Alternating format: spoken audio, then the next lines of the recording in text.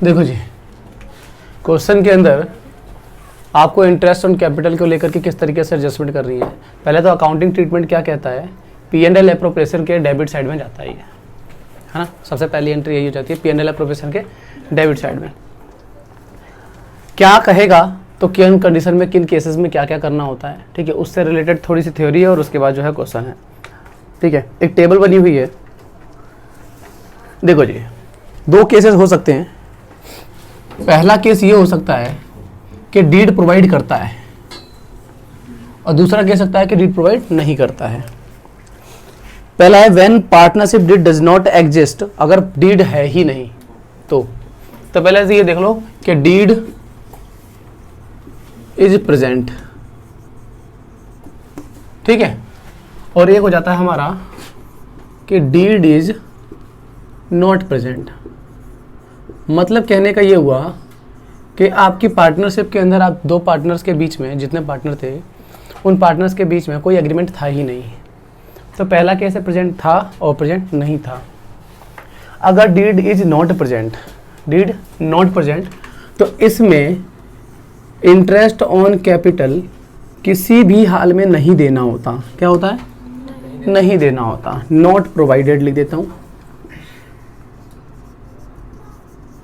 ठीक है जी।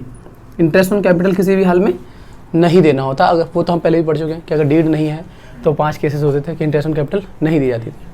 अगर डीड होता है तो होने में फिर 2 केसेस आ जाते हैं आपके। पहला कि डीड जो है वो साइलेंट है,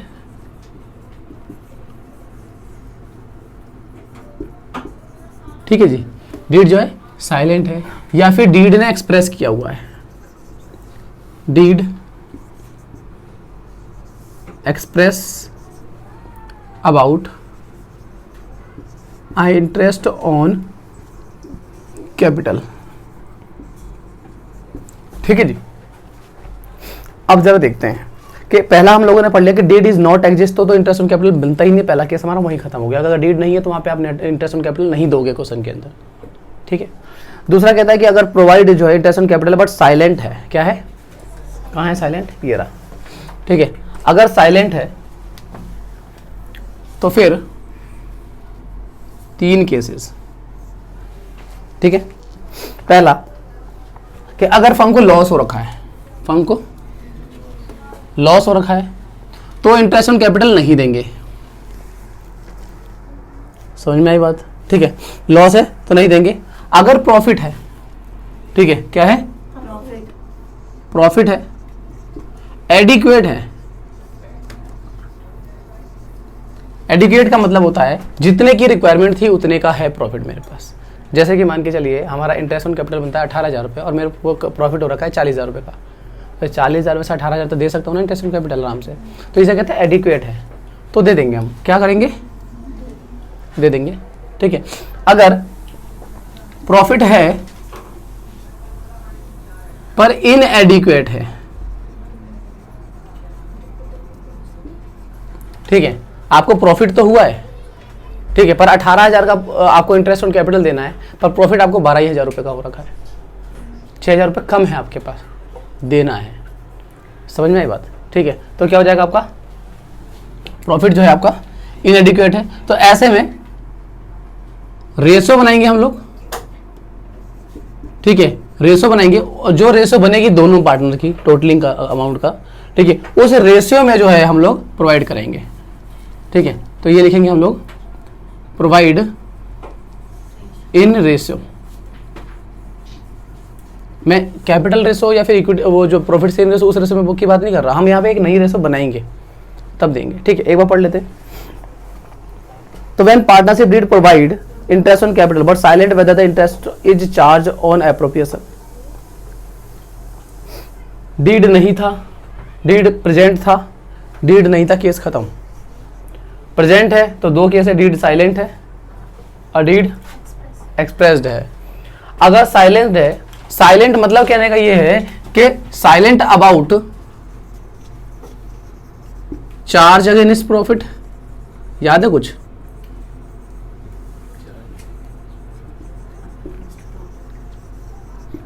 स्टार्टिंग में बताया था कि चार्ज अगेंस्ट प्रॉफिट का मतलब होता है अगर डीड ही नहीं है तो यहाँ पर नहीं होगा। और डीड अगर प्रेजेंट है तो यहाँ पे आ जाते हैं हम लोग, ठीक है। अब अगर डीड प्रेजेंट है तो चार्ज अगेंस्ट प्रॉफिट के लिए अगर वो साइलेंट है, ठीक है, और चार्ज अगेंस्ट प्रॉफिट के लिए अगर वो एक्सप्रेस्ड है, तो अगर चार्ज अगेंस्ट प्रॉफिट है तो हर हाल में देना ही देना है। समझ में आई बात? हर हाल में देना ही देना है। ऐसे लिख दूं? हर हाल में देना है, कुछ भी हो जाए, मर भी जाए। लॉस हो चाहे प्रॉफिट हो चाहे जो भी हो, आपको देना ही पड़ेगा, ठीक है। पर अगर साइलेंट है तो साइलेंट है तो क्या होगा? लॉस होगा तो नहीं देंगे, प्रॉफिट अगर एडिक्वेट होगा तो दे देंगे, और अगर इनएडिक्वेट प्रॉफिट होगा तो रेशियो में देंगे उसके। समझ में आई बात? ठीक है, अब उतारो इसे। इसमें चेंज क्या क्या है? मुझे ऐसा लग रहा था कि कुछ अगर चेंज हो गया तो चेंज करना पड़ जाएगा। मान लो मैं जैसे मतलब ये बोल रखे डीड, मतलब डीड में ये चीज नहीं लिखा हुआ थी अल्लाह डीड नहीं होगा। क्या चीज? डीड नहीं होगा, हाँ। वो वाला होगा ना। अगर डीड नहीं है तो ये तो देना ही नहीं है, हाँ, डीड होगा तो ये, ठीक है। अब डीड है तो डीड में क्या लिखा है? अच्छा नहीं लिखा। क्या अगर चार्ज अगेंस्ट प्रॉफिट है, अच्छा ये रहा चार्ज अगेंस्ट प्रॉफिट है, तो फिर हर हाल में देना। देना ही देना है। पर अगर साइलेंट है, कुछ भी नहीं लिखा, ना चार्ज लिखा ना कुछ भी नहीं लिखा, ठीक है, तो कुछ भी नहीं लिखा तो लॉस हो तो नहीं देंगे, प्रॉफिट है तो दे देंगे, और अगर इनएडिक्वेट प्रॉफिट है तो उसके रेशो में देंगे। अब इसका मैं बता दूंगा अभी ये कैसे, एक न्यूमेरिकल ले लेंगे तब समझ में आ जाएगा।